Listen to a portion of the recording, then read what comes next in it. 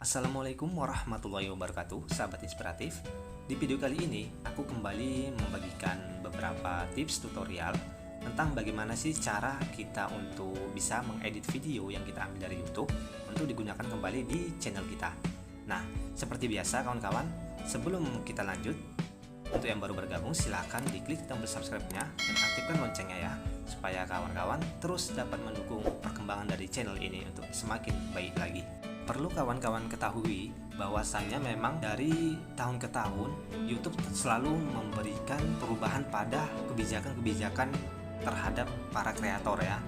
Jadi ini salah satunya adalah pelarangan dalam menggunakan konten berulang.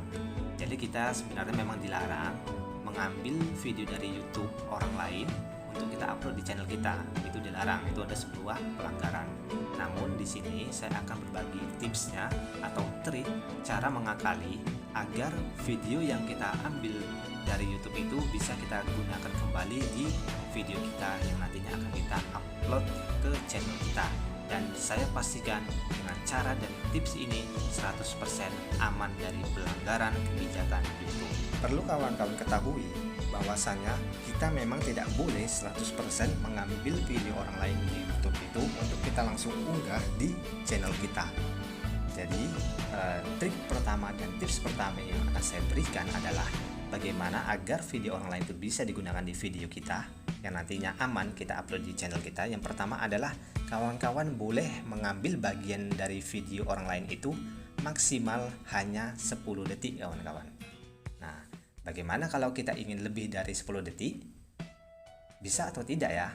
Nah, pertanyaan seperti ini sering muncul di benak kita karena kita memang sebagai kreator yang kesulitan untuk mencari konten original.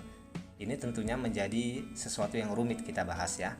Namun saya katakan berdasarkan pengalaman saya, lebih dari 10 detik itu masih boleh, masih bisa, asalkan kawan-kawan itu dalam memproduksi videonya itu menambahkan pesan dan makna yang menonjol, yang membedakan dari video yang telah kita upload gitu ya. Jadi kita punya karakteristik sendiri terhadap video yang kita edit itu.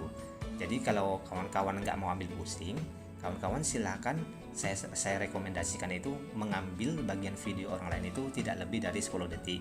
Namun kalau kawan-kawan itu ingin mencoba-coba silakan, dan saya jamin kalau memang kawan-kawan pengen mengambil durasinya itu lebih dari 10 detik, kemudian kawan-kawan mengedit kembali, mengkolaborasikannya dengan hal-hal yang berbeda, dengan makna yang berbeda dari video aslinya, itu saya jamin akan aman dan lolos dari pelanggaran seperti itu kawan-kawan. Jadi caranya cukup mudah sebenarnya. Misalkan kawan-kawan itu apabila mengambil intro untuk video kawan-kawan, itu bisa kita ambil bagian dari video orang lain juga ya, agar lebih menarik di video kita seperti itu. Jadi itu merupakan trik pertama yang saya rekomendasikan, dan itu aman dan terbukti di channel saya yang telah monetisasi, tidak ada pelanggaran sama sekali kawan-kawan. Di sini akan sedikit saya jelaskan tentang bagaimana cara memilih video yang bisa kita ambil dari YouTube.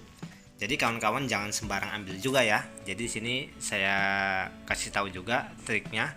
Misalkan saya cari video tentang gameplay ya, gameplay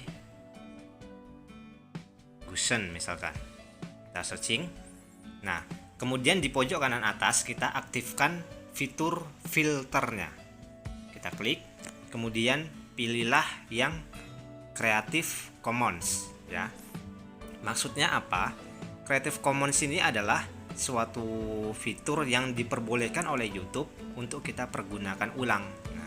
Jadi supaya lebih aman, saya rekomendasikan untuk mengaktifkan filter ini dan mengaktifkan Creative Commons. Kemudian terapkan.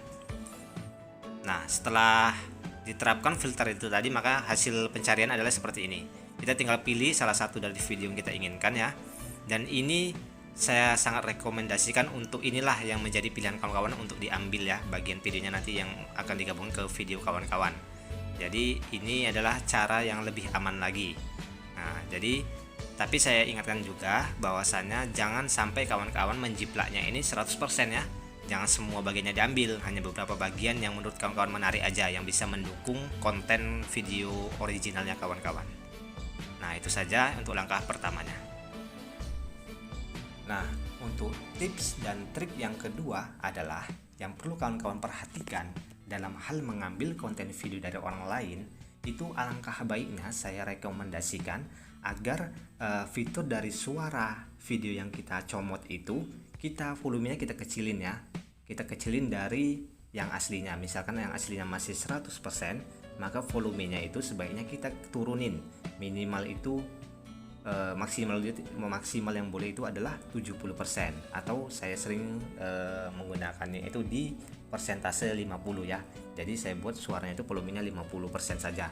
Nah, jadi ini merupakan sangat hal yang membantu dalam proses bagaimana supaya konten yang kita gunakan itu, cuplikan yang kita gunakan itu terhindar dari deteksi sistem YouTube gitu ya, bahwasannya itu memang 100% duplikat gitu. Jadi itu merupakan tips kedua untuk kita melakukan cara mengedit video yang akan kita gunakan ulang di video kita supaya aman.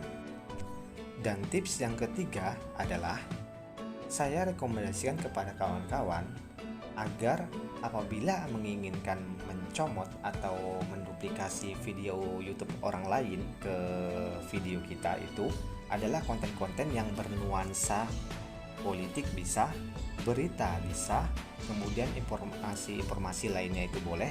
Dan saya sarankan agar menghindari konten yang seperti cover lagu, lagu-lagu dan lain sebagainya ya, yang berunsur seperti lagu itu tidak saya sarankan karena itu sangat rentan sekali terkena dan terdeteksi oleh sistem YouTube. Jadi upayakan yang kawan-kawan comot itu adalah seperti intro ya, intro video itu boleh diambil, kemudian beberapa informasi berita, kemudian beberapa cuplikan kegiatan orang tersebut ya, orang lain itu boleh dengan durasi yang telah saya sebutkan tadi ya, tidak lebih dari 10 detik kalau mau yang aman, atau boleh lebih banyak lagi, misalkan 30 detik boleh, asalkan teman-teman itu mampu menambahi atau membubuhi sesuatu informasi yang berbeda dengan konten orang lain itu. Jadi ada sesuatu penyampaian pesan yang berbeda dari sebelumnya. Jadi itu adalah tips dan trik yang bisa saya bagikan kepada kawan-kawan, terutama kepada kawan-kawan yang pemula yang masih bingung bagaimana cara membuat konten untuk channel kalian. Jadi semoga langkah-langkah yang saya sebutkan ini dapat bermanfaat. Assalamualaikum warahmatullahi wabarakatuh.